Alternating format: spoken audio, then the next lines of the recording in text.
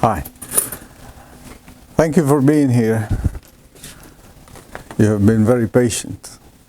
Gone through 2 lectures and are you ready for the 3rd one? That means you have stamina. Okay, let's talk about flatness in nonlinear systems. This is perhaps one of the most useful tools that you can have around to deal with the complexities of nonlinear systems. And we must understand fundamental issues about nonlinear systems when we embrace the state space formulation to describe the system. Once you have a model which is nonlinear, one of the very first questions would be, what could I do with this system? Can I take any initial state to any other value of the state which represents a second equilibrium or so? Can I do that regardless? Or am I limited fundamentally by the nonlinear nature of the system to be able to do that? And I will put one simple example that illustrates that in the area of nonlinear systems, notions that we have from linear systems can be severely restricted, and therefore the concepts do not apply directly, but some modification has to be worked out in order to obtain a similar possibility of what you can do with linear systems in the area of nonlinear systems. So suppose you have a system. For instance, you can have some part of the system which is linear. You can have a control variable here. Let's put plus here, and something like this. Here W is a parameter and U is your control, and x1, x2, x3 is your state. And that system is very simple. It's almost linear except for the fact that the control is multiplying some components of the state. So people in many years ago, in studies related to this, used to call this class of systems bilinear, because they were predominantly linear and there was only the simplest kind of nonlinearity present in the system. In that case, we have the product of the control and the state variables. That's one of the simplest nonlinearities one can think of. So if I had an initial state, could I move that state anywhere I want? This is the first question. Somebody gives me a state which is not 0. Can I bring this state to any other state? And one of the first things one might think is, can I bring it to the origin? Well, the answer is not. You cannot bring this initial state to the origin unless the initial state is the origin itself. And then you don't do anything, and the system will remain in the origin. It's an equilibrium point of the system. But if you study a function like, let's say, 1/2 of x squared plus 2x2 squared plus x3 squared, you study a function like this, you realize that the first order time derivative of v would be the product of x1 times this first line would give you x1, x2 omega. Then the derivative of this will give you, in the second line, minus x2, x1, which will cancel with that. Then you'll have u x3, x2, and here you will have minus u x2, x3. So the result of this simple operation is that v is 0, and as a consequence of that, v is constant, that means you, in your state space, you're revolving on a sphere. Whatever your initial condition happened to be, if this is x0, then that initial condition defines a radius or a distance to the origin, which will be the object where all the trajectories of this system are going to be moving. So the system is constrained by the fact that the initial conditions already define a manifold in the state space in the Cartesian space x1, x2, x3, and you cannot escape from that manifold no matter what your control actions are going to be. Your trajectories will stay there, and that manifold depends only on the initial condition. So the first problem we posed, can we bring this to the origin? No, we cannot bring it to the origin. We will be at a constant distance from the origin no matter what we do with the control. And that is a limitation. So this system is not controllable in the usual sense, that I could bring any point in the state space to any other point in the state space in finite time using smooth controls.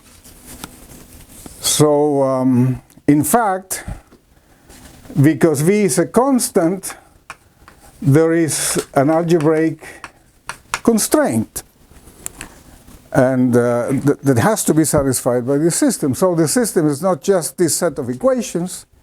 The system also will present you with an algebraic constraint that you have to satisfy at all times.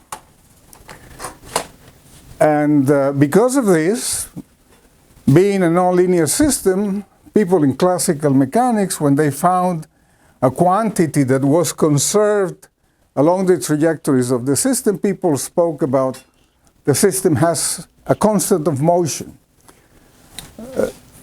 Mathematicians call them a first integral.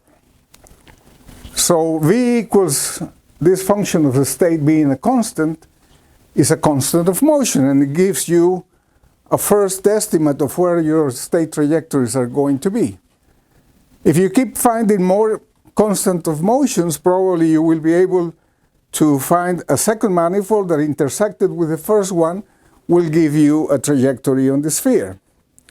But at least this system has one constant of motion, which can also be thought of as an algebraic relationship. So this bilinear system has an algebraic constraint.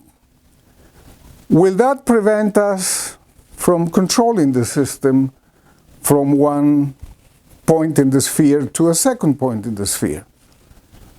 Well, then the issue becomes, how could I exploit the property of the system, taking into account that the system by itself is not describing everything that's going on, but also I have to take into account certain algebraic constraint that has to be satisfied, which represents a first integral or a constant of motion of the system. So if I take that into account, will I be able to find another set of coordinates where everything I do in this constrained region of the space maps in a one-to-one manner so that I can have a better understanding of the system?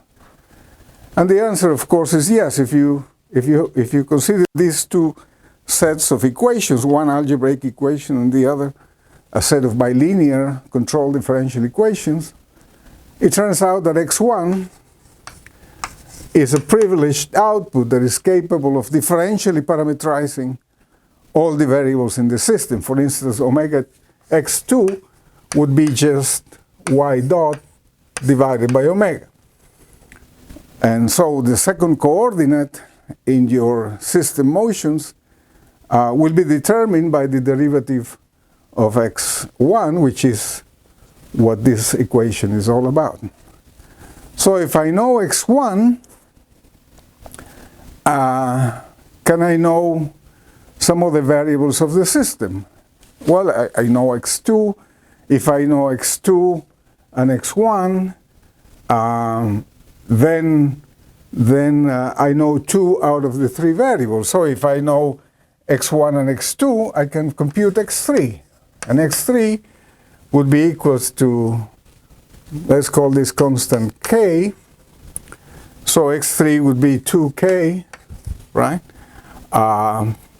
Minus x1 squared, which is y squared, minus x2 squared, which is y dot squared over omega squared. And that would be x3, if you take the square root, x3 will be the square root of this. Sorry, x3 is the square root of 2 minus y square minus y dot square divided by omega square, right? And of course you might have 2 solutions. One is positive, the other one is negative. x3 can be in the upper hemisphere or the lower hemisphere.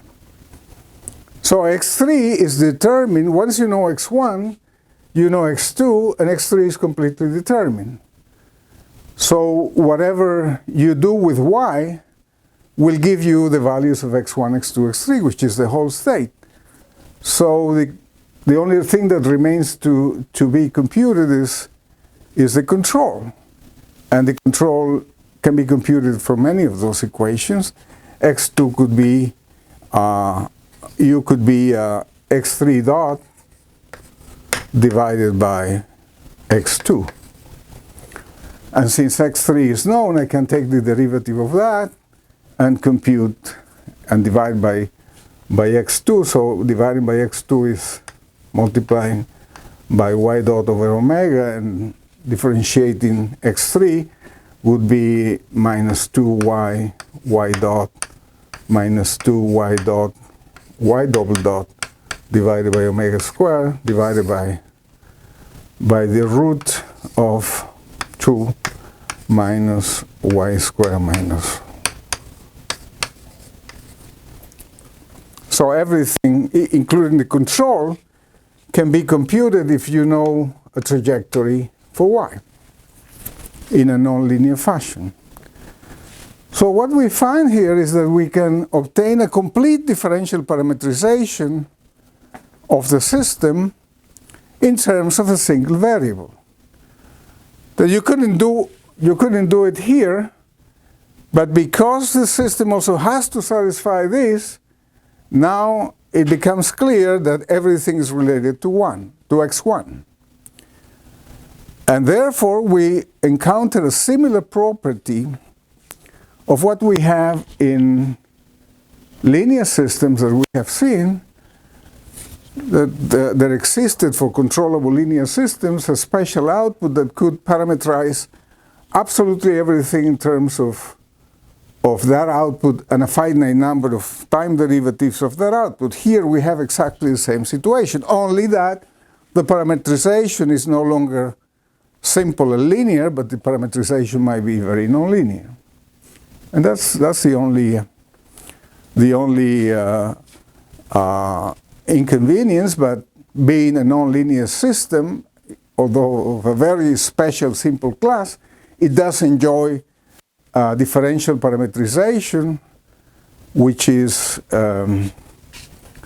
obtained thanks to the differential algebraic nature of the system. Is this clear? So we have the possibilities of finding the same property of linear controllable systems, but in the nonlinear systems arena, with the complication that now everything is nonlinear. But the idea is back the same. The idea is exactly the same. And notice, by the way, that your control only depends on the second derivative of y. And none of the state variables depends on derivatives which are of order 2 or higher. Well, what does it mean? It means you have a second order system. So if you have a set of equations, if you have one condition, of course your set of equations is no longer valid in its full dimension. This constraint reduces the number of equations. And what it is a problem of an overdetermined system. Here we had 3 state variables which are unknowns and 1 control variable that's 4 unknowns. And this was living in a 3-dimensional state.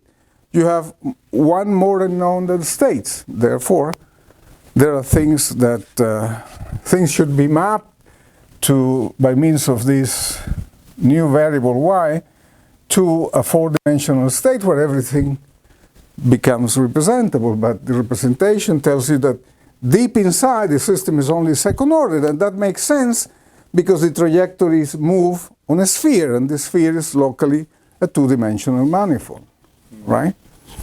So we're in business. Let me give you another example. So in this example, it's clear that first integrals or constant of motions are important to determine certain properties of your system. And if they are around, it's useful to use them to investigate properties which are otherwise hidden in the system. Let's put another example of the Non Holonomic Car. A car with 2 wheels and probably the possibility of changing direction in motion in the plane xy. This car is described, if you take the coordinates of this point and you know this angle, because you know the length of the car, you know absolutely everything. So all you need to specify is the velocity at which you're driving and the angle, this angle that the angle with respect to that main axis that you're moving your wheels in order to orient the car in the plane. Well, that system has a very nice representation. The first x dot is u cosine, let's call it phi, and y dot is u sine phi, and phi dot is u1 over L tangent phi. Tangent beta, let's call this. Let's call it tangent u2. u2 is the second variable that you use to control the system. u1 is the forward speed, and u2 is the turn of the wheel so that it produces a new orientation. This angle, let's say, is called phi.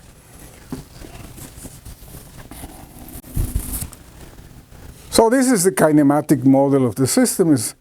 It has 2 control variables, but if you notice here you have a product of the controls. It's highly nonlinear, even though the first equations look rather simple. Here you have a control variable that's multiplying a nonlinear function of the second control variable. So the system is no longer in the affine way, which is in the affine representation, which is what we normally use to study nonlinear systems. This type of system does not correspond to that. This type of system corresponds more to something like this.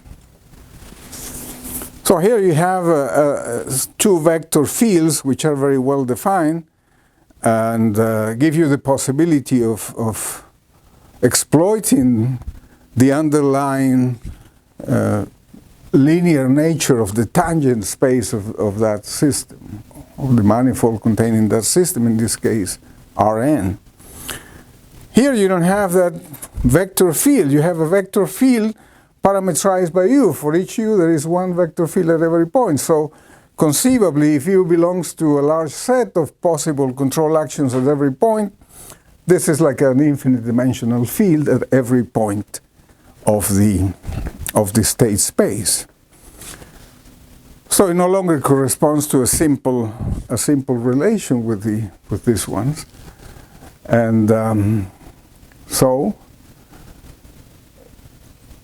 every time you see sines and cosines, people are urged to use complex variables. So if we use, it's not completely necessary here, but we can try.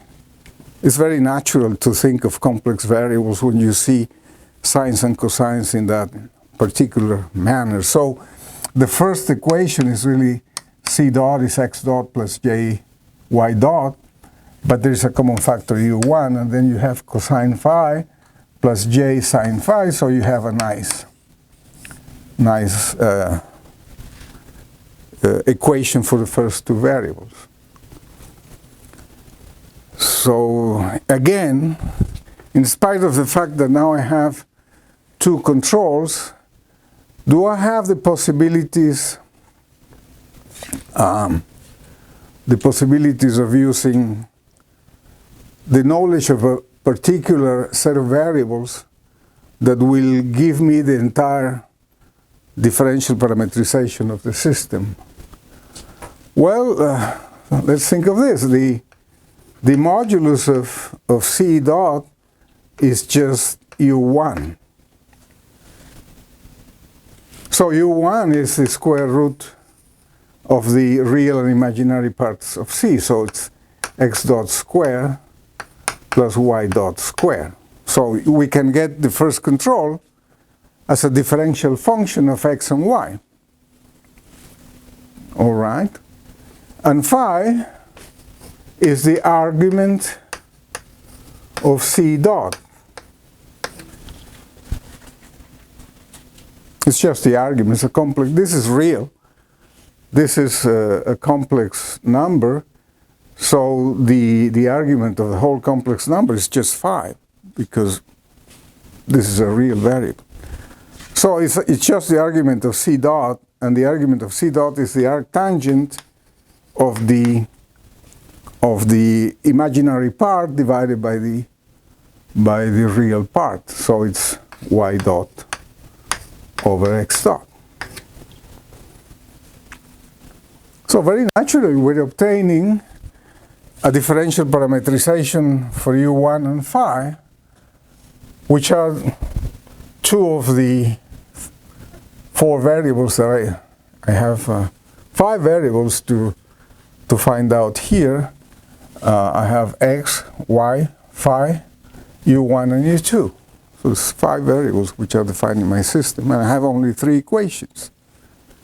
So this is an overdetermined system. I have more unknowns than equations, and that's kind of nice, because if you have more unknowns than equations, you're forced to assume the value of some of the unknowns and find out the rest of the unknowns from the number of equations. I only have three equations with five unknowns, so two variables can be arbitrarily specified, and I would get the rest of I would get a solution of the system by specifying this set of two variables.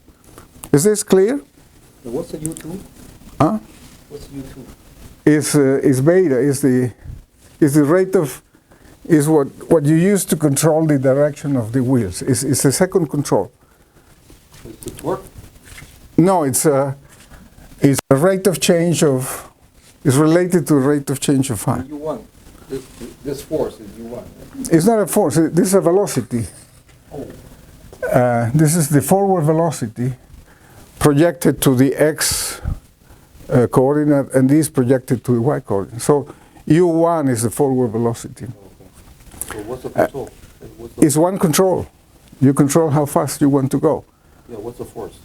It's not a force. I mean, it's a kinematical model. Oh, there's no external force. There is no dynamics here. It's just the kinematics. Okay. To obtain the dynamical model, you have to use Lagrangian multipliers in the Euler Lagrange equations, and you get equations for the torque that you apply here to put that angular velocity to work, and the torque that you give to the wheels to get. But that's the second part of the model. The first part is kinematic, and this is a model by itself that can be used in practice. Okay? So this is a kinematical model. So far we have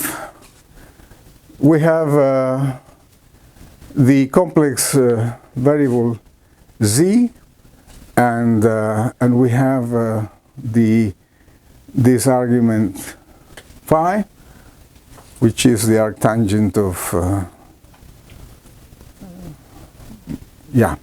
phi is just that. Okay. So can we continue to explore the possibilities of finding more things? Yeah, surely, because if I know 5, just take in 5 dot, and since I know u1, I will know the tangent of u2. So the tangent of u2, which already defines u2 up to a certain order of integer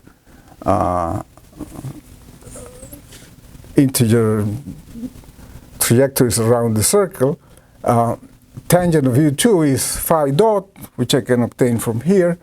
So is derivative of the numerator times minus the numerator derivative of the denominator, so over 1 minus y dot square over x dot square, and that would be just the derivative of that.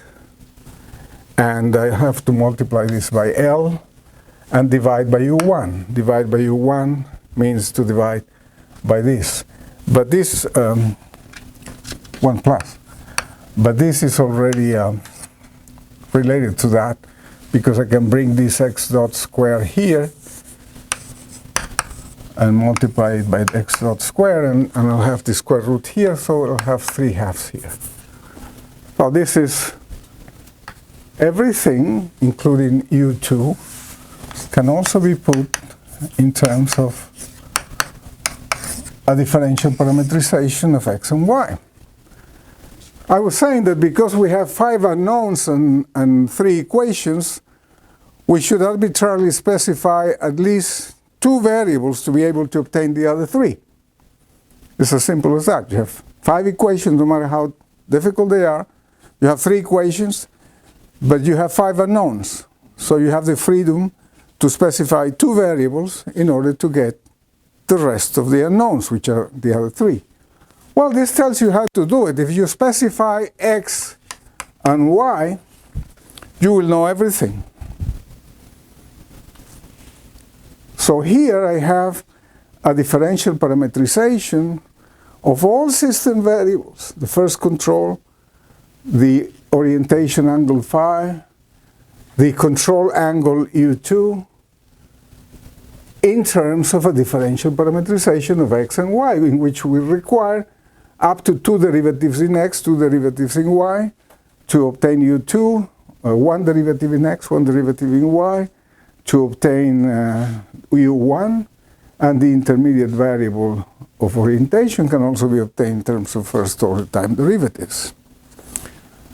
So this is very pleasing, because if I completely specify x and y, I have a solution of my system, and the solution entitles no integration. I don't have to integrate anything. I put an arbitrary value for these 2 gentlemen, and I can obtain the rest of the variables. So if I can go to one place to another, this parametrization will be able to tell me.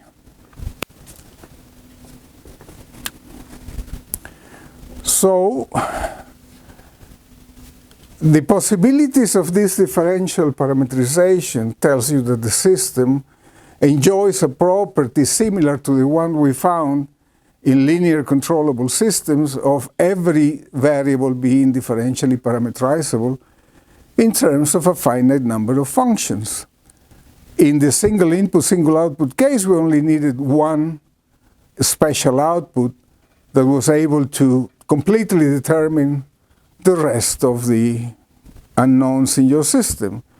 Here, in a system like this, in which you have 5 unknowns and 3 equations, you happen to have 2 controls.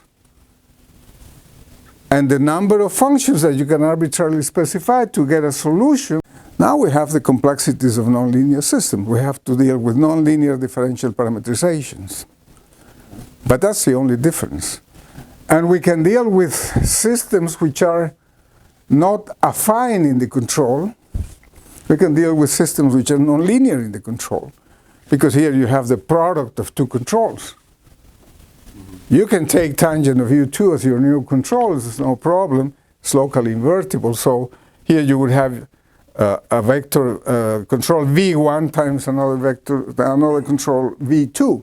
So you have the product of two controls. You cannot put the system in this manner. All right? So it's much more general than feedback linearization and what people have done for that particular class of system. We can handle this. And we can nicely incorporate into the description of the system algebraic constraints. That's something that the usual state space formulation. So you characterize this as a property of the system, an inherent property of the system. You have to discover. Right? This is a very different idea from feedback linearization. Feedback linearization, you use U to linearize the system. Here, you're not using U to do anything. You're just trying to discover what.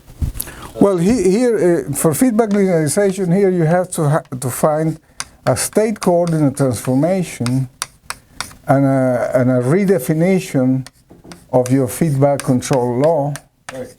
so that the outcome of this invertible differentiable coordinate transformation, that's called a diffeomorphism between the space X and C, so that C n, let's say, for some n, comes out to be just V. This n could be a vector, and V could be also a vector for the multivariable case. So, yes. That's your goal, but in doing so, in terms of controls, you're already using control energy. Yeah. Well, you're just looking at your control in a different setup. You're not using any control, really. You're looking at your control in a different setup, and it would require some partial feedback. Right, right. But if you implement that costs energy. Oh, surely. Before you do any controls, you already use a part of energy just to linearize it.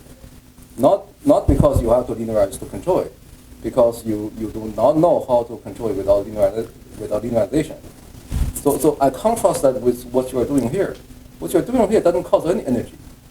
You are simply disclosing the inherent property of the system that allows you to do this. And this property, I guess, is related to what you call flatness. Right? So it's an inherent. You discover this relationship. This is not man-made. This doesn't require any feedback function. Yeah. Well, it will require. 优是反馈啊。对，但你得反馈你要做这样的。No, let me give you some more insight into that, because it is not quite like that. At this stage, we're just analyzing the system. So let's pursue a little bit more this idea. And okay, we haven't linearized anything yet. We just have mapped out a nice, interesting differential relation of some of the system variables, or all of the system variables, to this new set of variables in which I consider x, y, and up to second order derivatives of x and y. So look at the input map, or the map that defines the input in terms of this new variable, of the derivatives of these two special variables. Here you have second order derivatives, and here you have first order derivatives. If you wanted to invert the relation, and by that we mean if you wanted to really obtain y double dot and x double dot in terms of u1 and u2, here you have a basic obstacle. u1 is not a function of x double dot and y double dot. It's only a function of x dot and y dot. So this obstacle reveals that you need to do something more with U1. So if you take a differential or a derivative of U1, you will have x dot x double dot plus y dot y double dot over the square root of x dot square plus y dot square. Now you have two equations with two unknowns. You can solve for y double dot and x double dot in terms of U2, but no longer in terms of U1, but U1 dot. You can now invert this map very simply, because it's at the end, the tangent of these and these two equations, you can, y double dot and x double dot are linear in the expressions in spite of the coefficients being highly nonlinear. You can solve for y double dot and x double dot in terms of U2 and U1 dot. So x double dot and y double dot will be a vector function of U2 and U1 dot.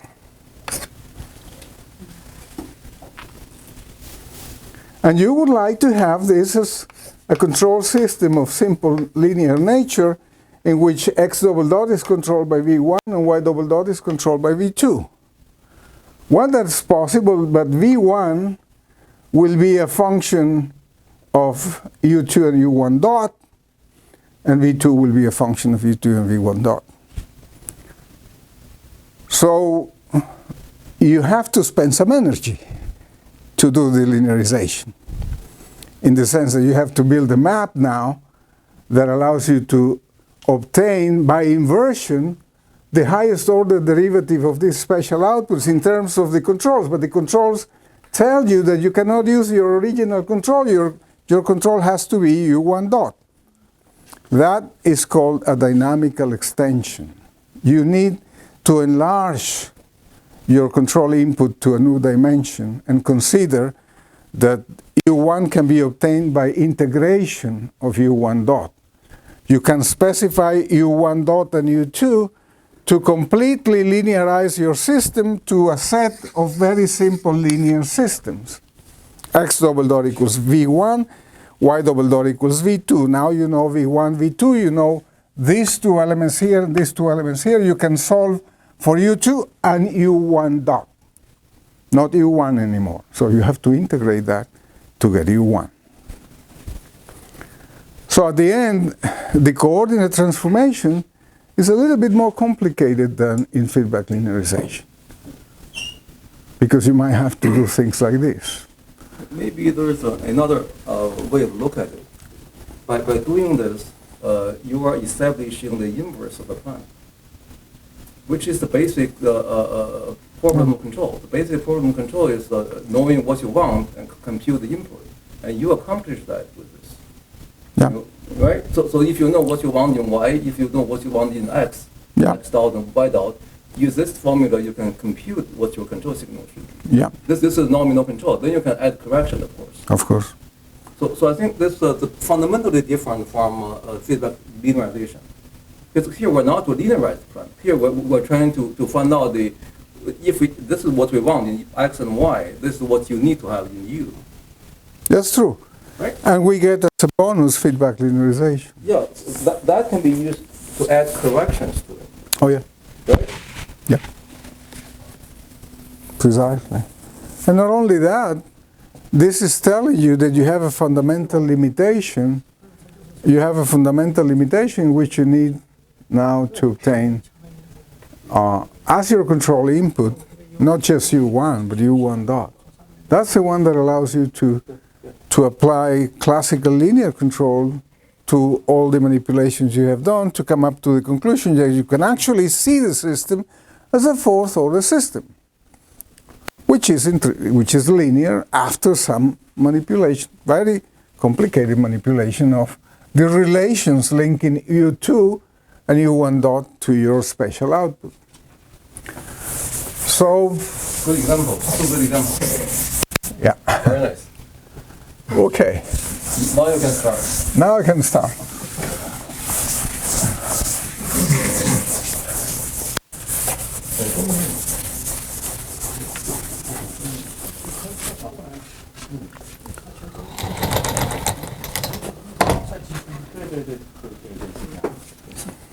Very nice.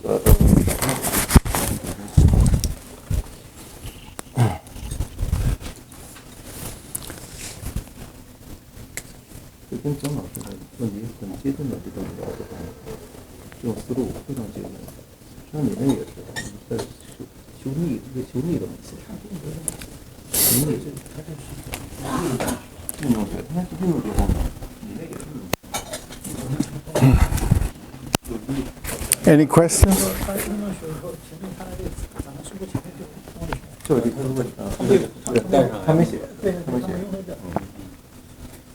Fascinating. Can you see that? Yeah, it's still warming up.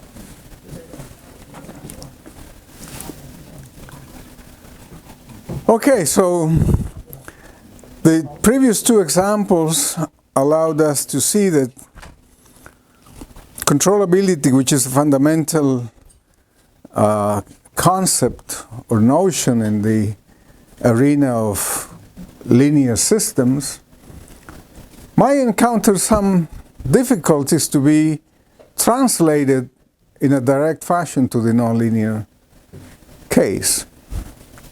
So what do we mean by controllability in the nonlinear system case?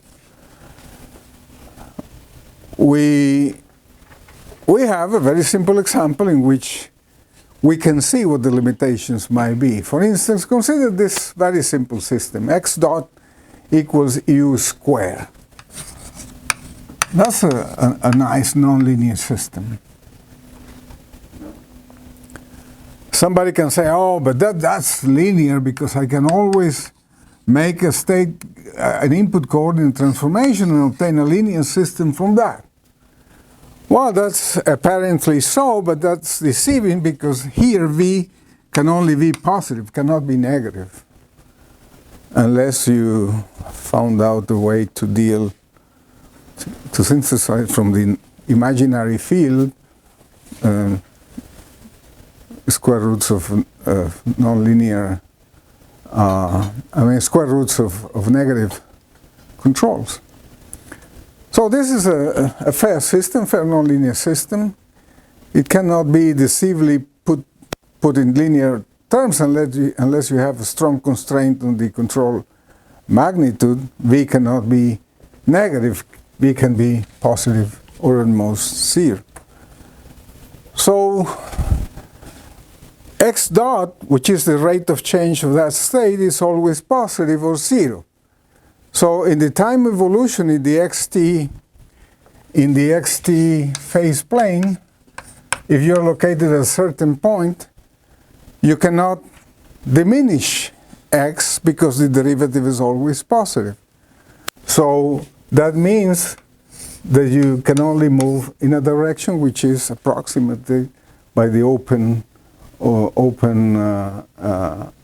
region limited by the initial condition and the initial time.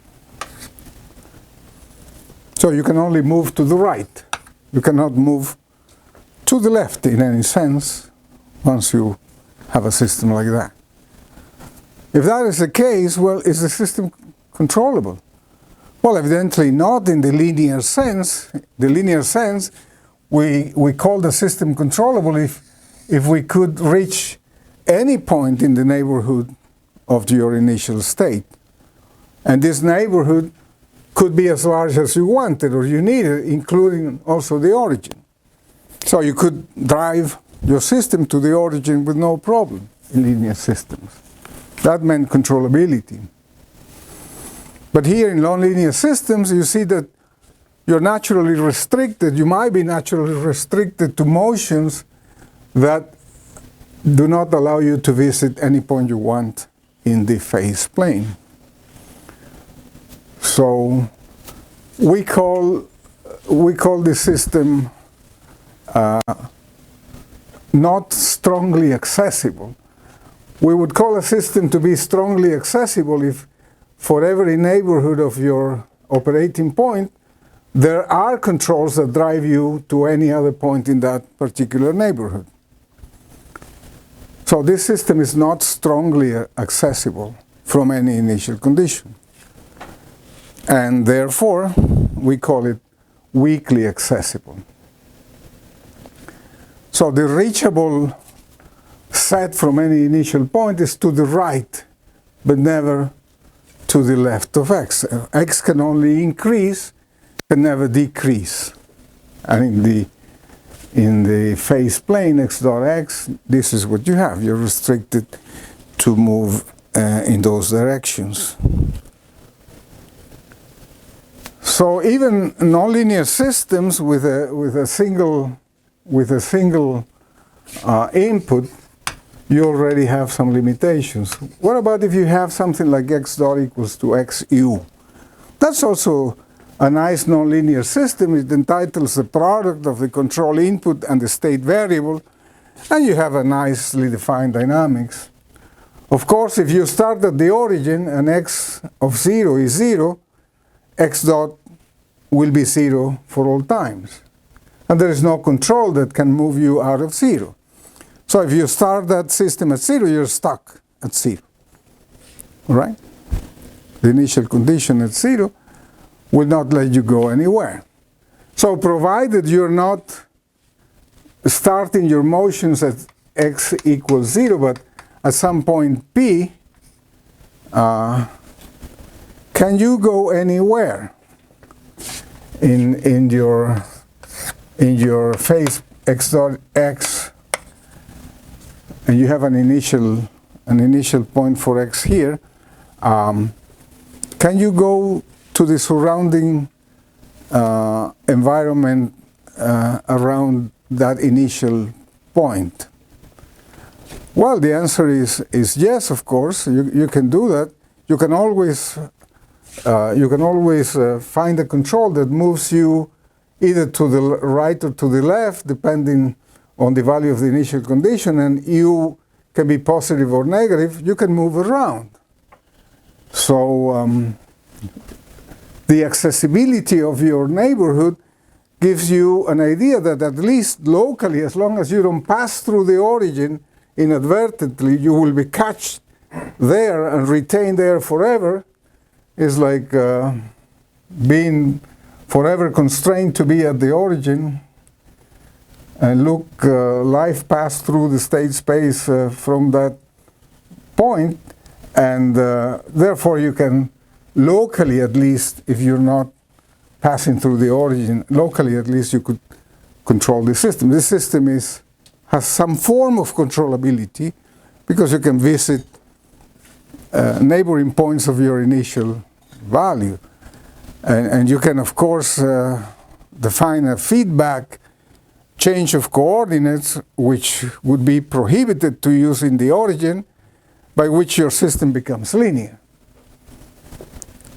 Very nice. It's clear from here that you can regard the system as linear as long as you define your input u as this expression. But you're warned that you cannot go through the origin because then your change of coordinates will no longer be defined. So in all of the plane except at the origin, you enjoy this property of being able to visit points in the neighborhood of any initial point. So this system is controllable in the linear sense, except that you have a point where you cannot control the system. And if you want to go there, you will never be able to get out of there. So some local controllability is related to this property of strong accessibility, which is different to the property of weak accessibility that we had here. Here you were constrained to only visit points to the right of your initial point because your rate of change of x was always growing, was always positive. X was always positive and x dot was always positive. Your rate of change was always positive, and therefore you could only grow to the right of your initial point. So this is a fundamental difference between linear and nonlinear systems. So let's continue to explore some of the realities that we have to face in order to deal with nonlinear systems, and above all with our urge to look at the system as an underlying linear system. It's as if we were trying to unmask the custom in which the system is presented, to strip it off and say, you're not that difficult, you're just a linear system in the inside. So you're not immune to my techniques of linear control in order to do whatever I want with your system. If the system is disguised as a nonlinear system, you would like to take off that disguise and see that in reality, deep inside the soul of the system, there is a linear system there. Well, that urge sometimes can be done, sometimes cannot be done. It can be satisfied or not, because some systems allow you to uncover that inherent linearity in spite of the disguise that the system has as a nonlinear system. So one of the ways people do this resorting to the linear arena where things are more comfortable is to linearize the system and obtain an approximate expression for the dynamics around a certain point. So if you manage to linearize your system, then for the case of nonlinear system, you also have to be ready for certain surprises. For instance, if the system has a controllable linearization, then it's because they're locally strongly accessible. But the converse is not generally true. Local strong accessibility doesn't mean that the system has controllable linearizations. And one example is that one that we have there, x dot equals x times u, in which you have that very simple kind of nonlinearity, and you want to linearize about an equilibrium point to discover what can you do with the linearized or with the tangent system. This is your system. Of course, an equilibrium point would make this derivative equal to 0, and therefore either x is 0 or u is 0. In any case, x dot is 0 and x is a constant value. So you're linearizing around a constant value of x. If you linearize the system around an equilibrium point where u is 0, then you get x dot. You take the partial derivative of this with respect to, remember how we linearize. We define incremental variables, x minus the equilibrium, u delta, u minus the equilibrium. So we have u equals 0 as a possible equilibrium. We have that u delta coincides with u because u bar is 0, and x is arbitrary, x is just any constant, so x dot of delta will be x dot, but x dot is u times x, and u here has the same connotation as your incremental variable, so this is u delta times x, which is x minus x bar. So that's x delta also. But remember, we're linearizing around u equals 0. So when you take the derivative with respect to x and put the condition u equals 0, you have no linearization with respect to x. Now you take the derivative with respect to u, and you have x times u delta. So you have this is your linear system. Well, if you're linearizing away from the origin, everything is fine. You can still do something with the system because the system is somehow. Am I doing this right? Probably not. Let's see. linearize with respect to, so you get U delta. U delta times the P is the let's call P the equilibrium point of X. So when U equals 0, for X constant, you have X delta is PU. Your system is controllable as long as your equilibrium point for X is not the origin. So the linearized system is controllable. However, some of the system, like if we want to linearize this system around an initial equilibrium point, which is not 0, but we have to pass through the origin, then we know that we lose the property. So this system, you can reach any point to the surrounding vicinity of that nonlinear system, as long as you don't start your motions in the origin. And therefore, if you don't start your motions in the origin, you're able to define a state coordinate transformation that will give you that. The other case is completely different. If you have a system like that, which is not strongly accessible, which is only weakly accessible, then of course an equilibrium point is represented by U equals 0. And if the equilibrium point is represented by U equals 0, you can linearize around that equilibrium point.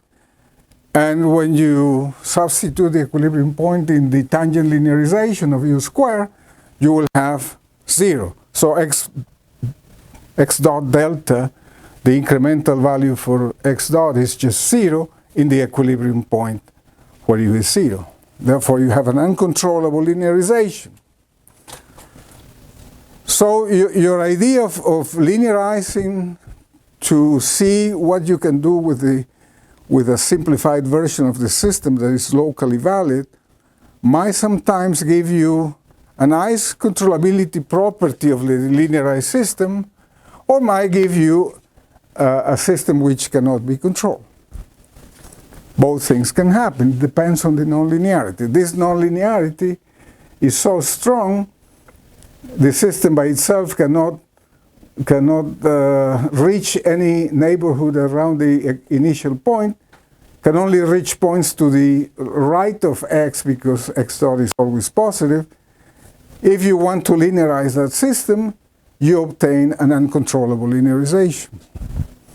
So that means linearizability, in this case, doesn't buy you any possibilities of designing a control system for your plant, which is at least locally valid.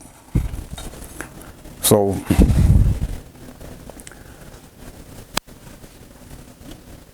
another class of very interesting systems is in the single input, single output case, which you have scalar control inputs. The class of nonlinear systems which are not affine in the control input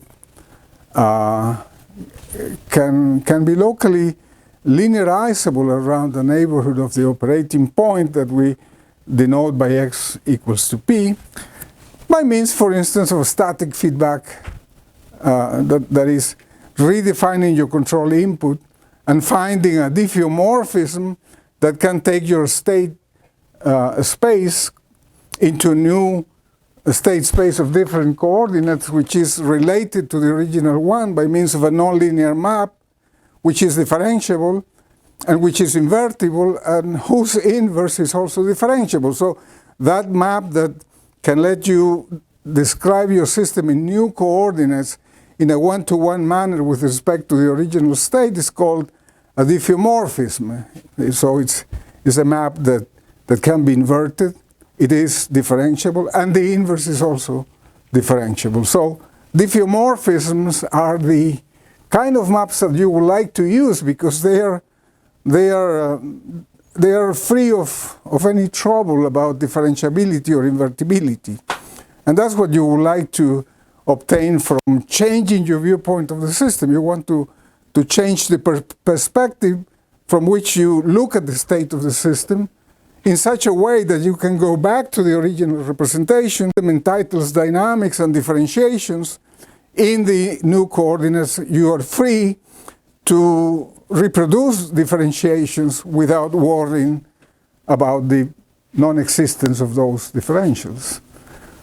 So diffeomorphisms, which are one-to-one invertible maps, which are also differentiable in both ways, are the natural type of transformations that you look for the state space. And if on top of that you're free to change the perspective or the coordinates by which you look at your control input or your control space, if you can change that too, then you have a transformation which not only changes the state space, it also changes the input space. And if you find a sufficiently nice diffeomorphism that can bring your system to new coordinates where the system looks linear, and it is a linear, possibly in a new control variable, then that system belongs to the general class of feedback or systems linearizable by static state feedback. You have a nonlinear system like this. You want to find a diffeomorphic state coordinate transformation so that in new variables and possibly a transformation of your control input that might depend on the state, so that when you do this change of, let's do it here. V is defined as a nonlinear function of possibly of x and u itself.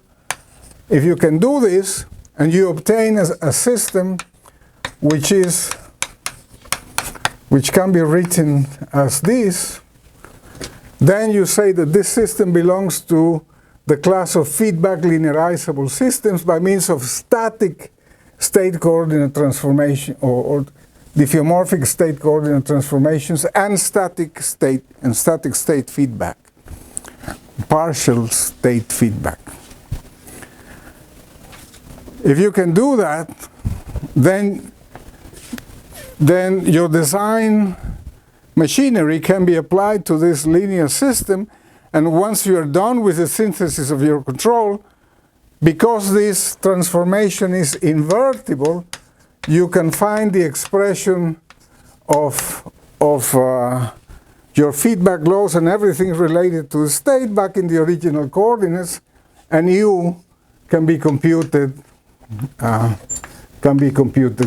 from z and v. So that class of systems is very nice to have around, especially when this system can be exhibited in the simplest integration structure, the simplest dynamical structure. Any linear controllable system, you would like to preserve somehow the local controllability in this system, the strong accessibility property that you might have around any operating point. You would like to preserve that property here in the form of controllability. And if you can do that locally, then you know that the strong accessibility property is being reproduced here as a controllability property. And controllability is usually global, especially in the case of linear systems. So it would be nice that this possibility of going from this representation to this one exhibits the controllability property. Of course, in nonlinear systems, many of the desirable properties of a system are only local. So you know that this should be exercised with caution, because it might be true that in doing this linearization, you find out points at which you cannot perform, or regions that you cannot abandon when you try to go back to the original representation. So this class of feedback linearizable systems, especially when they are in Brunovsky canonical form, if the dimension of the state representing your original system, of course it will be preserved in your new representation because there is a diffeomorphism. There is no dimensions lost. This is a one-to-one map. There's nothing hidden from this map, nothing in X that can be hidden from C, and vice versa. So if this comes out to be a very nice system which is linear and controllable, you can always put this system in this form. Always, if it's linear and controllable. And that's called the Brunovsky canonical form, and for that you have to find in the linear system a special output that has relative degree n. That means that the nth order derivative of y will exhibit explicitly the control input function v, so that you can eliminate any further dependence from the state or any other coefficients that might be tied to u or v in a manner that is trivial. So you have a very simple linear structure. In that particular class of systems, it's very nice to be able to do design. Very simple to do design. So Brunovsky's work was in the 50s. This is later, right? This is in the 60s or in the 70s? Well, the Brunovsky output was known for linear systems since his original work. In the 50s? Not so much. I believe it was 60s or 70s. Yeah, but he didn't deal with the nonlinearity. So this work, who did this work? What's the origin of this work? Because I remember Professor Han wrote a paper in 1979. Well, probably. Something to this effect. Yeah, this thing was very much in the interest of everybody to understand this. Of course, people were coming up with ideas, and but the Brunovsky form was already available for linear controllable systems, even in the multivariable case. You have a set of outputs that satisfy that simple relation with a corresponding set of inputs. But I don't know who was first, but what I do know is that many people were almost converging and publishing papers which were solving the problem one way or another. Everything started with Hilbert. Hilbert wanted also to linearize systems of nonlinear differential equations, and finding out the constant of motions of nonlinear systems of differential equations. It turns out that finding constants of motion is very much tied to the idea of simplifying your system up to a point where you can find a solution by means of integration, and the system becomes integrable. So many people around the idea were very interested in how to do this for nonlinear systems, and there was a guy by the name of Hermann. There was, of course, Krenner, Isidori. All those people were very much interested. There was Brockett also studying and understanding the geometric methods in bilinear systems. And feedback linearization was an idea just floating in the air to see how you could do to bring a nonlinear system to a linear controllable system. Of course, Han might have been one of the pioneers. It would be interesting to search the literature to actually find out who was first, and if Han was first, that would be very nice to advertise it, because honor has to be given to who honor deserves. So, but that thing evolved from the idea of equivalence, from the idea of differential geometry applied to nonlinear systems.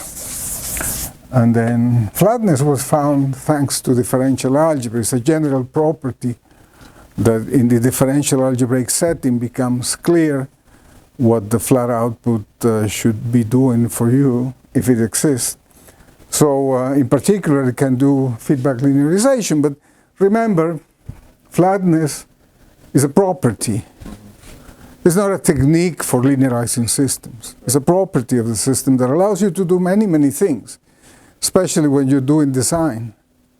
You can grab this property and exploit it to obtain unforeseen solutions that would be very difficult to find otherwise. That's a very important point. The flatness is a property of the system that you expose using this approach.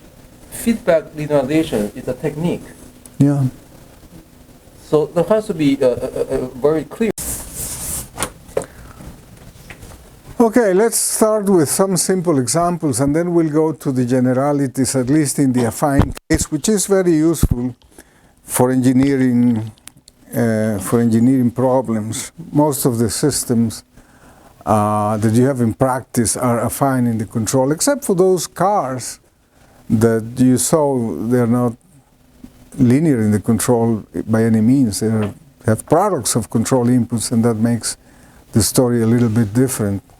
So let's assume you have this is a very simple model of the so-called Cayley-Rodriguez model of a one-axis rigid body rotating in space by means of the applications of some torques generated by gas jets or things like that. You infringe some velocity to your system, and that velocity gets translated into a change of orientation of the rigid body, and this is the nonlinear system of equations where you have the description of that process of reorienting your system. Is a simplified version of how to reorient a satellite in terms of a certain axis from a skewed axis where the input torque is applied. So here you can see easily that even though the system looks nonlinear, because the nonlinearities are basically concentrated in the first equation, you immediately recognize that you can change your coordinates to have a transformed system that gets rid of those nonlinearities. For instance, a local state coordinate transformation, which is, let's say, defined in this case from minus pi divided by 2 to pi divided by 2, in that set of range of orientations or angular values for the orientation, if you come up with a new coordinate which is the arctangent of x1 multiplied by 2, then you see that the first order time derivative of c1 will be the first order time derivative of x1 divided by 1 plus x1 squared multiplied by 2. So the 2 disappears and the 1 plus x1 squared also disappears, and therefore the first derivative of c1 is just c2, which is x2 that was not changed by this coordinate transformation. So if you do this coordinate transformation, which is locally defined for c1, it is easy to see that when you perform the differentiation and the substitution over there, you get a very simple system in which you can redefine your control input to be a scaled value of your original control input, and therefore the system is in Brunovsky canonical form. Very simple state coordinate transformation tied up with a redefinition of your control input variable. This is a trivial scaling operation of your control input variable. So you can linearize the system, of course, and here naturally the key variable is x1, because if you know x1, you know its time derivative, you know x1, you can solve for x2 from here. So solving for x2 allows you to find u when you take the first order time derivative of x2, which involves a second order time derivative of x1. So x1 is the variable that allows you to relate every system variable to, if we call x1 y, x2 would be 2 times y dot divided by 1 plus y squared.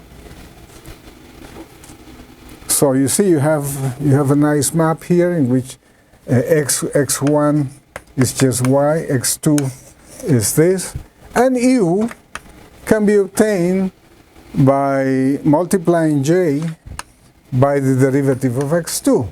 The derivative of x2 can be obtained in terms of, you will have 2y double dot divided by 1 plus y squared plus so on. So you map u to the second derivative of y. So everything can be expressed in terms of this y and its time derivatives, and the control input is related to the second order derivative of y, so you know that deep inside the system looks like what y double dot equals to a new control input. And that's the feedback linearization. So this uncovers the possibility of having a linearized system. Of course, it's a nonlinear transformation, and I haven't put the details, but that's immediate from there. So let's redefine the state feedback, the state feedbacks, and its relation to flatness, and moreover what we understand by feedback linearizability. The result goes like this. If you have a nonlinear system like that, and that system will be flat if and only if, when you substitute your control input by a nonlinear feedback, which is a function of the states and the new control V defined, you have now a new control system in which x dot is a function of x and your new control V. So if this system is flat, that system is flat. And if this is flat, this is flat. So it's an if and only if relationship. If you transform by means of partial state feedback your original nonlinear system to obtain new control input variables, that partial feedback defines you a new system in terms of a new control input variable. If that system is flat, the original is flat, because you can always go back from this feedback to your original control variables. Of course, we're assuming that that this input coordinate transformation is an invertible feedback. That means you can control u from v and v from u. U is a of u and x, of x and v. You can compute u from v, and you can compute v from u, provided you involve the state. So you can invert the relation, let's say, by another function, which is also a function of the state and the original control. So u will be identically equal to the substitution of your inverse map into the original map, and therefore you have a way to go back and forth from your original input to the new input and vice versa.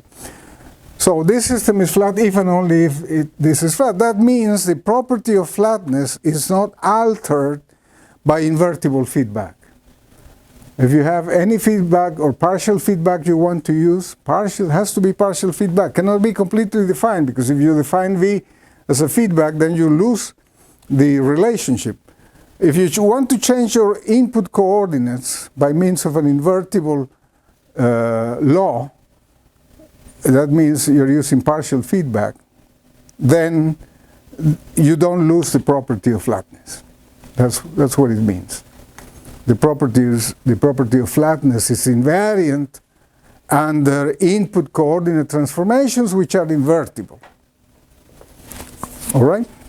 That's the message. And that is true not only for single input systems, that's true also for multiple input systems, but the map is going to be a vector map instead of a scalar map as there. The other property is that flatness is not lost by system extension. And that's a very important property. Suppose you have a nonlinear system, and you introduce a new variable, C, whose time derivative will be your control input. So in an essence, you're sort of integrating to a new variable C your control input. So if you do that, if you have the system and you extend the system by letting the control enter into an integration variable C, that system is flat if and only if the original system was flat with C as your control input. So if you have something like this and you consider a system in which your control now is forced to go through an integrator, this is what it means. You replace your control input by a state of a dynamical feedback loop. Then if this system is flat, this is flat. If this is flat, this is flat. This is an if and only if property. So dynamical extensions of your control input space does not alter the property of flatness. It's preserved. It's invariant with respect to dynamical extension. That's important because that's also another way to linearize nonlinear systems through dynamical extensions.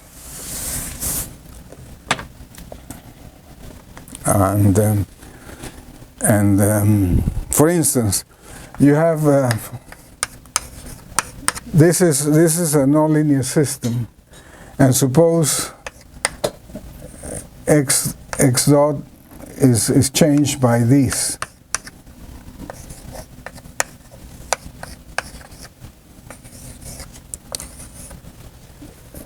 This system is flat, and the flat output is x.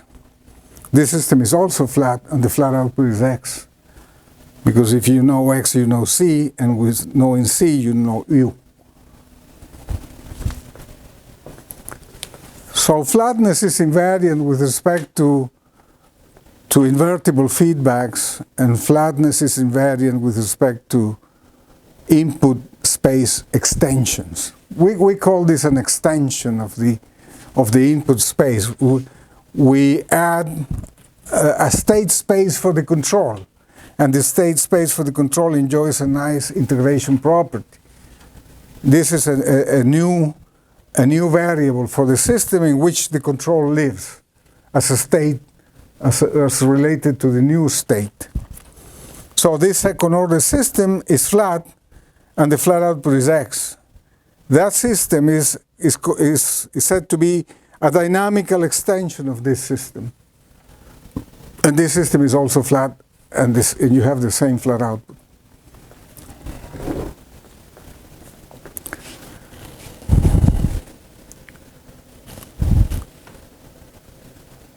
So let's, now that we have clear that the property that we require in nonlinear systems is the strong accessibility property in order to match it against the property of controllability in linear systems, that was what allowed us to obtain flat outputs as endogenous variables from the system that could be systematically computed.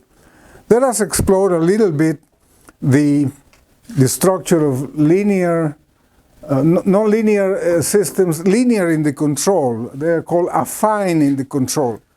That is the most extensively studied class of nonlinear systems, and most of the examples that we have in books and courses are nonlinear systems of this fashion.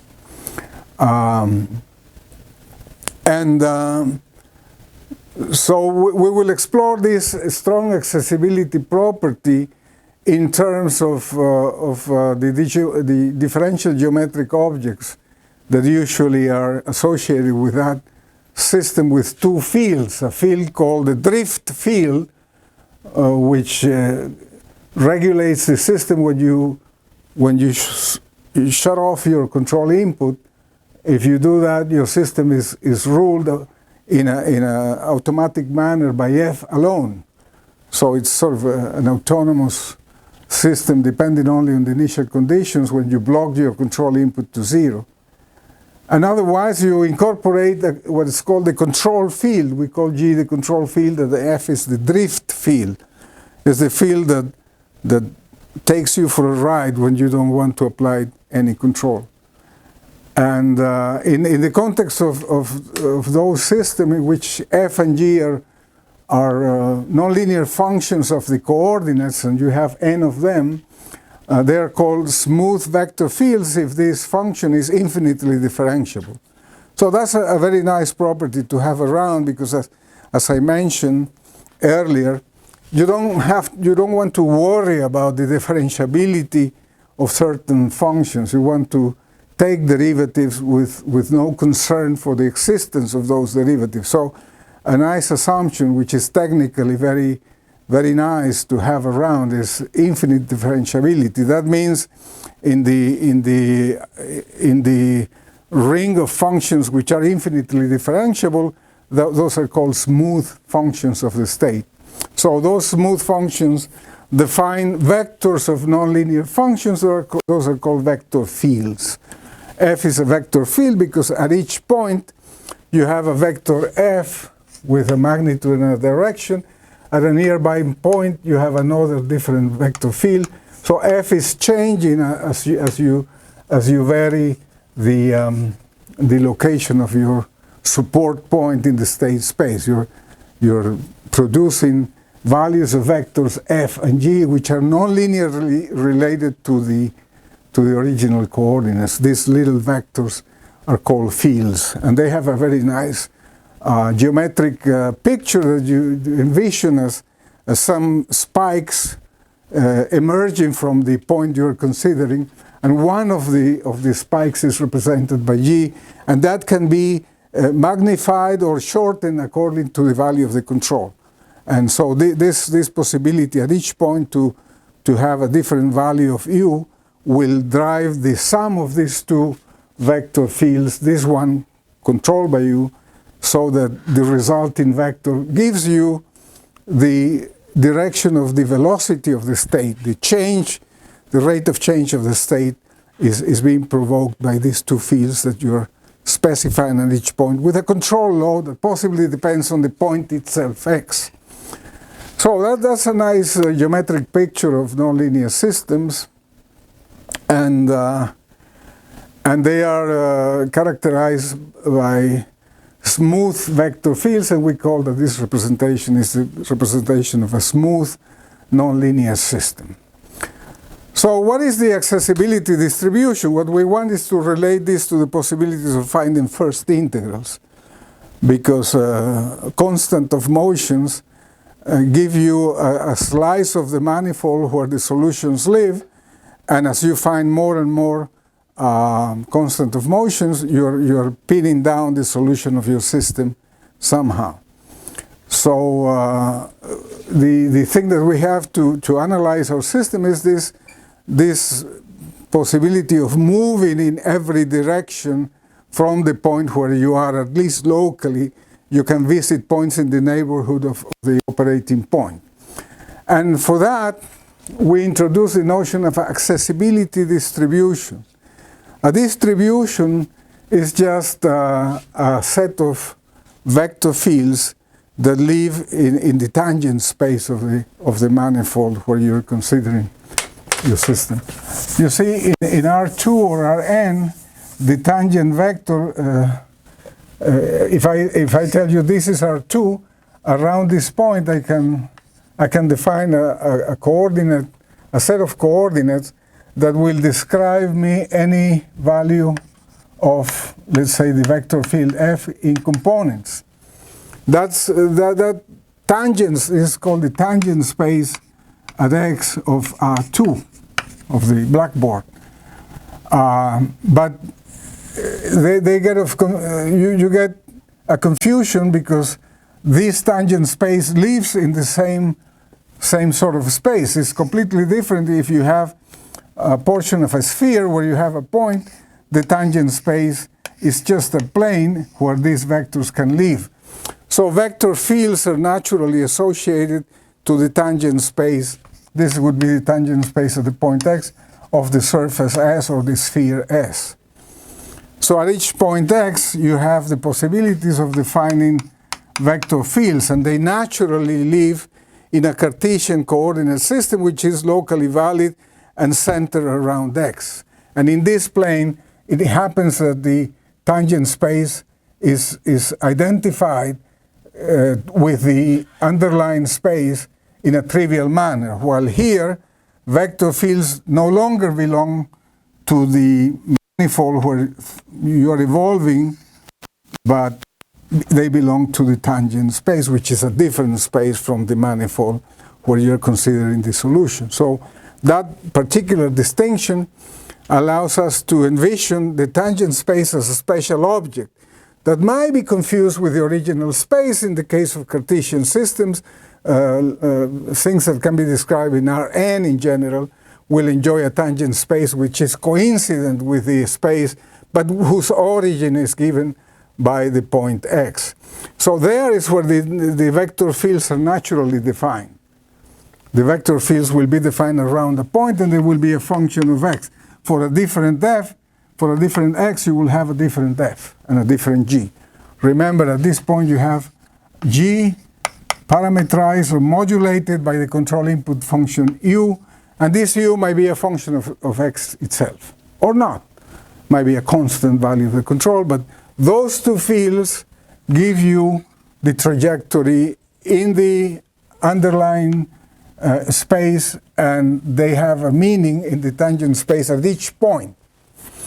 So when you have subspaces of these tangent spaces, in that subspace you have vectors that live in that subspace. Consider that you have this intersection of this plane with another plane, and you have this linear subspace of the tangent space. Well, in this one-dimensional space, apparently you can define fields there, and those fields, when they belong to a subspace of the tangent space of fixed dimension, they are called distributions. These distributions are nothing but a set of vector fields living in the tangent space that cannot escape certain subspace of the tangent space. The tangent space is a vector space of dimension equal to the dimension of the manifold. This manifold has dimension 2, the tangent space has dimension 2. This manifold, the manifold of the blackboard has dimension 2, the tangent space has dimension 2. Only that here it's completely identified with the underlying space. Here it cannot be identified with the underlying space, but there is a relation of things close to that point with points in the tangent space. So a distribution is a collection of vector fields defined at a point that live in a subspace. They will not come out of that subspace. If the distribution is one-dimensional, there will be a one-dimensional variety or one-dimensional subspace of the tangent space where all these vectors are found. But otherwise, you might have a subspace of larger dimension as the dimension of your system evolves. And if you have an n-dimensional system, you might have an m-dimensional subspace of the tangent space in which your vector fields are acting. Or this m can even be n. The whole tangent space might be contained in the vector fields of interest. So a distribution is just a collection of vector fields which acts as a subspace of a tangent space. So if you have f and g, you can set all the possible linear combinations of f and g and form a plane of vector fields f and g which are related to the point where you define f and g. And that distribution has a certain dimension in the tangent space. Well, we will see that f and g have to span a certain number of dimensions in order for the system to be flat and to be linearizable. This is the only instance in which you can bring differential geometry to study the structure of that system. You cannot do that for systems which are nonlinear in the control. So let's call this strong accessibility distribution the smallest subdistribution, the smallest subspace which contains G, and such that it enjoys a very important property. For any vector field in that subspace, the Lie bracket of X with F is also again in that distribution delta. So we define the strong accessibility property, or the strong accessibility distribution as a certain subspace delta of the tangent space of Rn. In this case, we concentrate on Rn, which is a particular manifold. It's not curved or anything. It's Cartesian. Everything is flat in Rn. And we find a subspace of Rn which exists around a certain point x. We find some distribution, some lower dimensional subspace of the entire tangent space, which enjoys the following property. G will be found in that distribution. G will be just a vector in delta. And of course, G times U at that particular point will also be there, because the consequence of applying a certain control input U, which depends on the point X or not, it doesn't matter, is to enlarge G or to shorten it instantaneously. You'll have the value of G modulated by U. So if G is here, G times U will also be here, because U is a scalar factor of G. So U is only enlarging or shortening the vector G.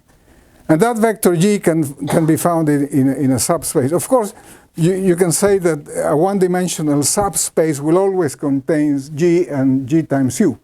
Well, we're interested not only in the subspace spanned by G, which we call G, but the subspace generated by F and G.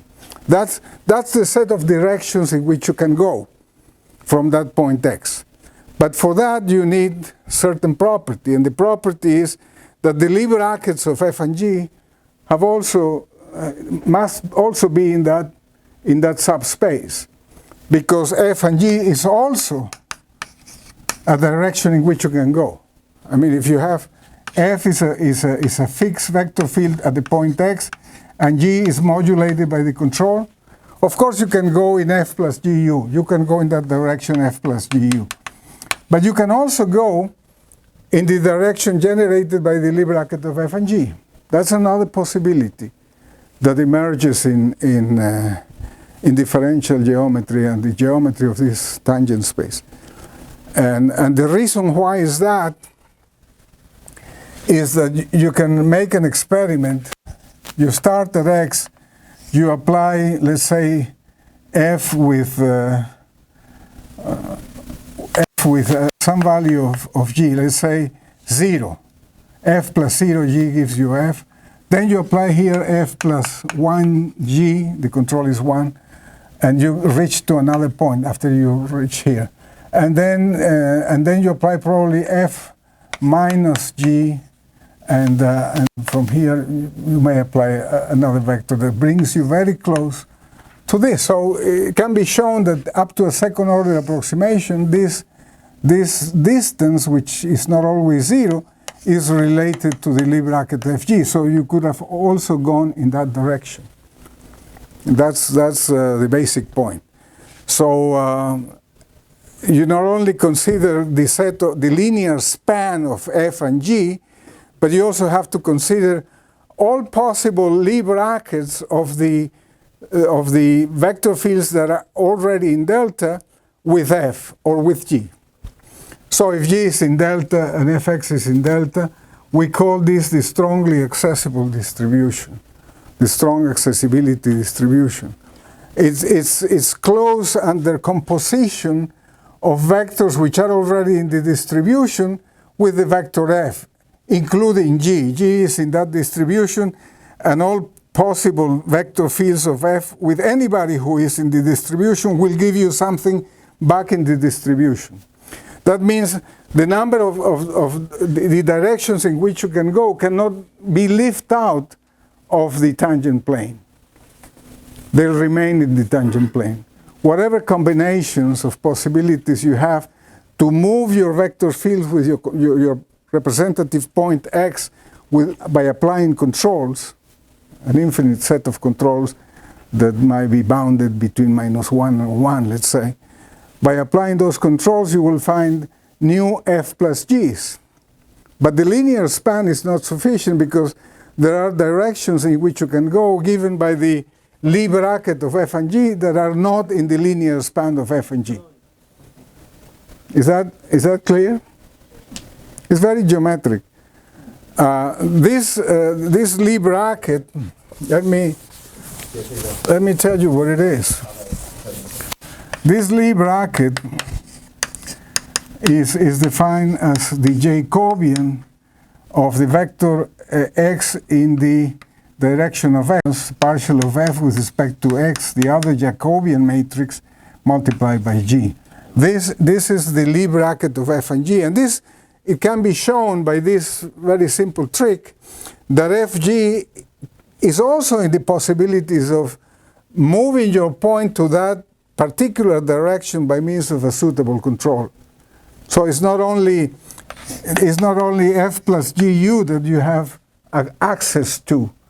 Is much more than that. Is the distribution spanned by f and g, and that means g will be there, f will be there, all Lie brackets of g with f and things that are related to f will also be there.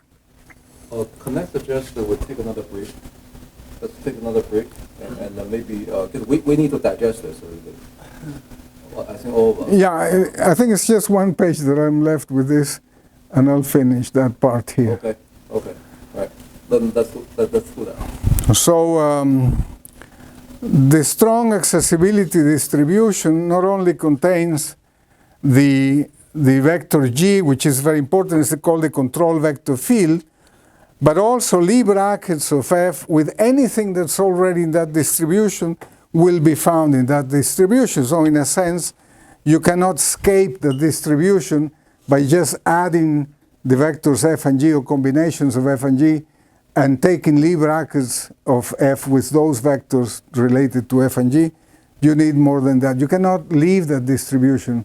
If that is the case and that distribution has a fixed dimension, then you are in business. That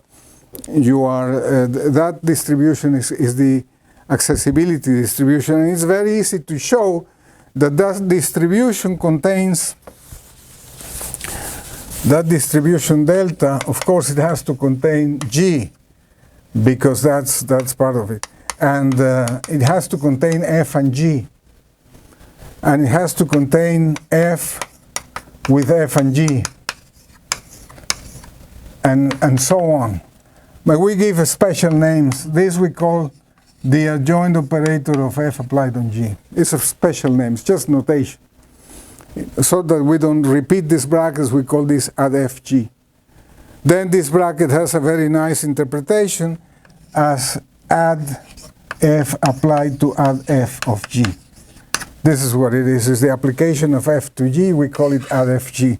The application of f to fg, we call it add f of add fg, which is fg. So this we call add f square of g.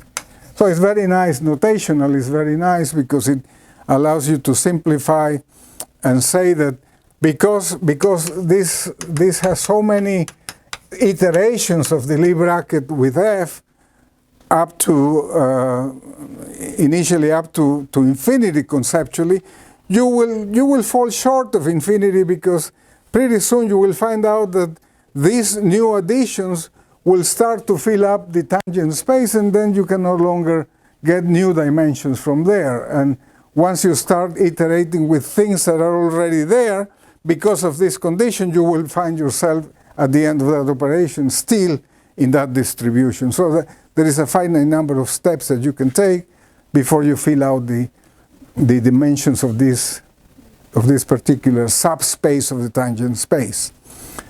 So in fact, we will see the delta, the accessibility distribution, has to have dimension n. That means at each point you will be able to visit any neighborhood of x by a suitable control as long as the vector fields pointing in the different infinity number of directions will be obtained by Lie brackets, repeated iteration of Lie brackets of g with f, with fg, f square g, and so on. So this is a very nice property. So the way to define this recursively is we say the operator at f of order 0 is just g.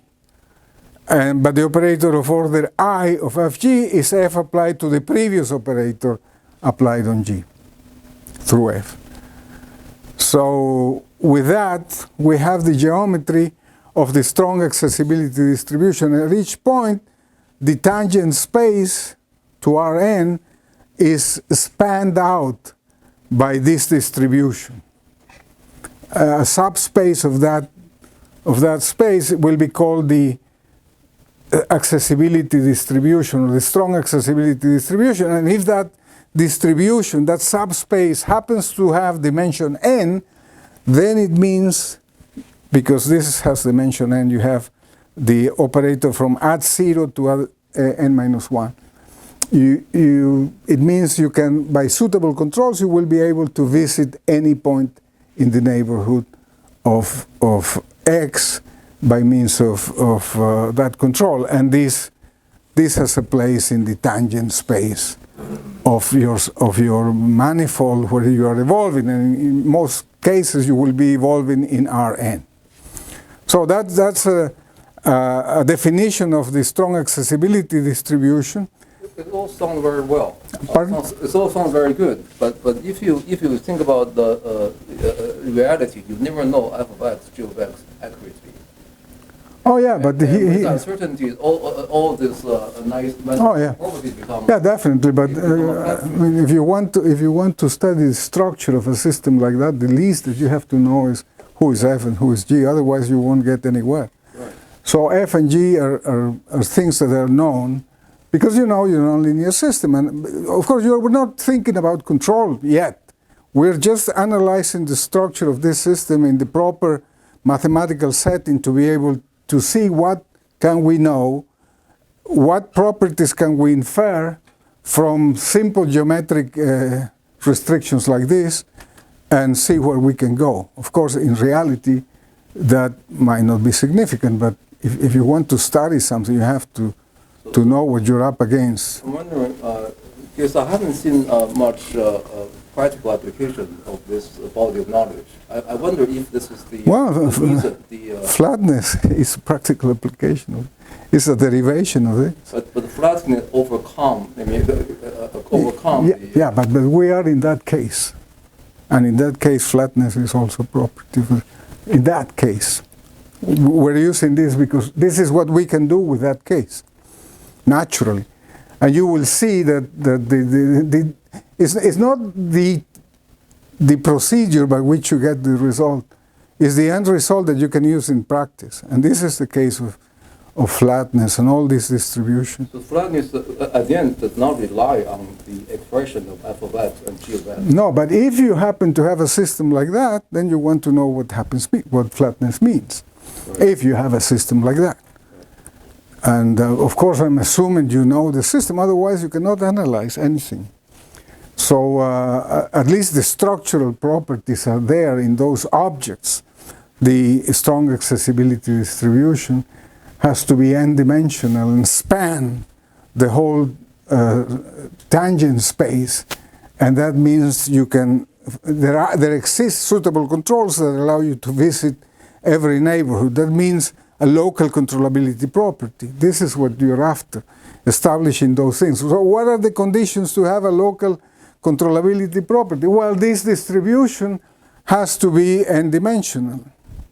That means that when you take Lie brackets of any two of those vectors in that definition, you obtain something back again in the same distribution.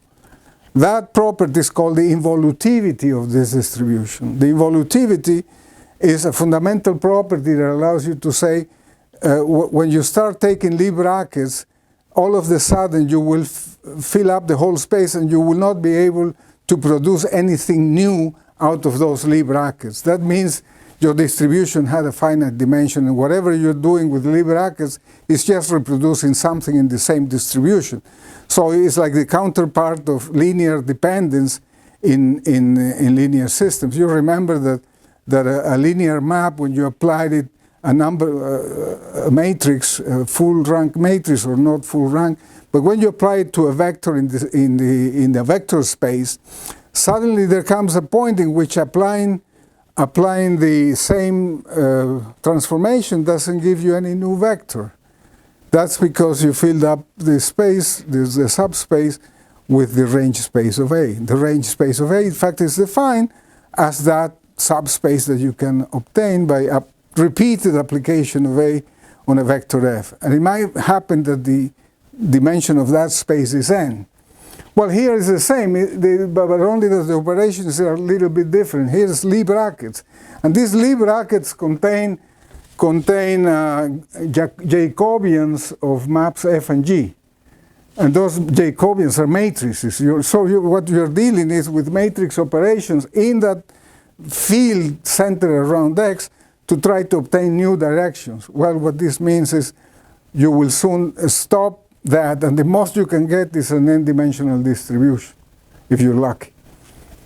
But that will mean that you can visit every point in the neighborhood of X by means of suitable controls.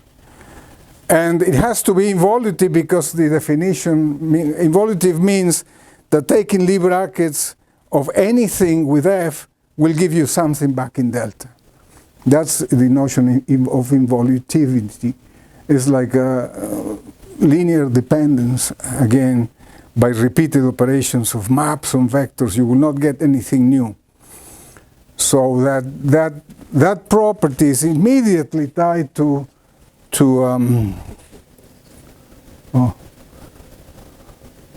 I'm going back. I went back all the way. Okay, let me finish with this.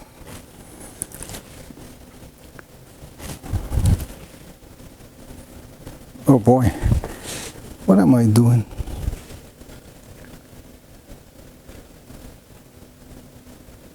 Oh, I overshoot it way. Where are we? Where am I? Excited. Lie brackets. 31. Yeah? 微分几何。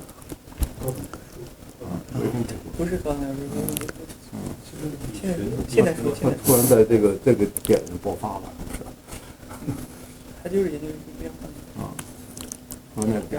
So a practical example of the computation of that accessibility distribution. You have this. You will call that this is the strong accessibility distribution if you can get this to be n-dimensional. Practical example. You go back to the system we just saw there. So F will be the vector in which the first component, this is the second component, there's no function of X here, so it's 0. And G will be the vector 0, 1 over J. It's a constant vector. So F and G comprise your system.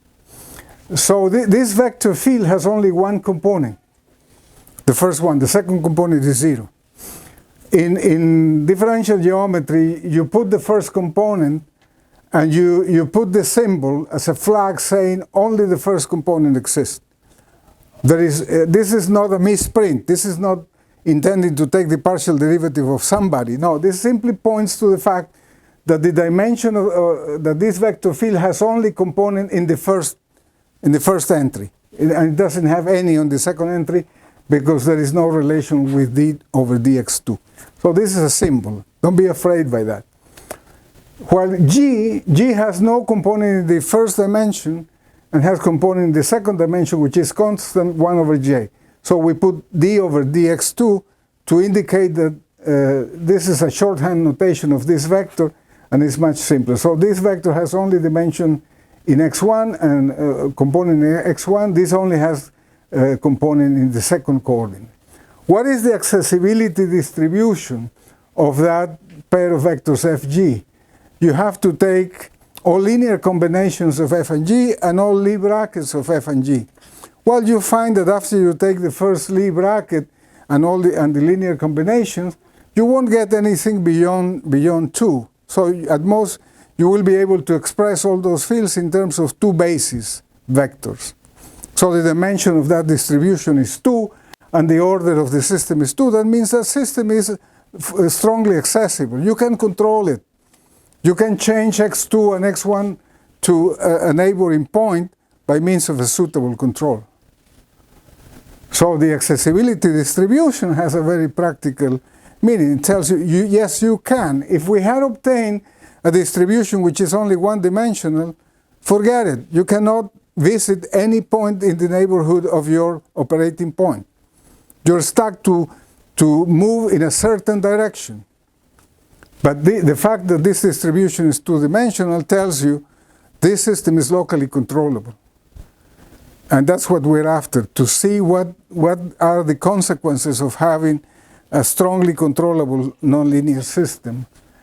And the theorem that immediately relates that possibility to the controllability of a general nonlinear system of dimension n with two vector variables x1 and x2, they don't have to be scalar, is that you can block off all the dependence of the second variable here and have a differential equation in x1 which only depends on the initial conditions. This is a possibility, provided the dimension of the strong accessibility distribution is not equal to n. So if that is the case, the theorem states that you will have a first integral, or you have several constant of motions equal to the dimension of x1. You have an uncontrollable subspace in the tangent space. You have a subspace in the tangent space that you will not be able to visit with control inputs applied to your system. So that part of the state is evolving by itself without any relation to the other states, nor to the control input. That's a crucial property. That's a lack of controllability property. If the dimension of the strong accessibility distribution is not n, but less than n, then that means you have integrals of motions. You have first integrals that you can state that the dimension of those several constant of motions are equal to the dimension of n, of x1, which is the defect from the dimension of delta to n, the excess of dimension of the surrounding space to the dimension of that distribution. That tells you that you will have something like that, and this is part of the proof. What we want to prove is that this will be the case if you don't have a strong accessibility distribution that is n-dimensional. And from there it will come out clearly what the integrals of motions or the constant of motions have to be. They have to be functions of the state alone. They cannot be functions of the control input. And that will give you the local controllability property very clearly in geometric terms that you can actually see. Okay? Great. All right. So when are you going to talk about flatness? Well, this is part of it. This is part of it. This is part of the flatness. Without this, we cannot understand flatness. Yeah, we need to digest this, obviously. We'll have another lecture on this. Okay, yeah, of course. Yeah, I haven't finished. This is only the beginning. But there's no more theory. There will be more practical.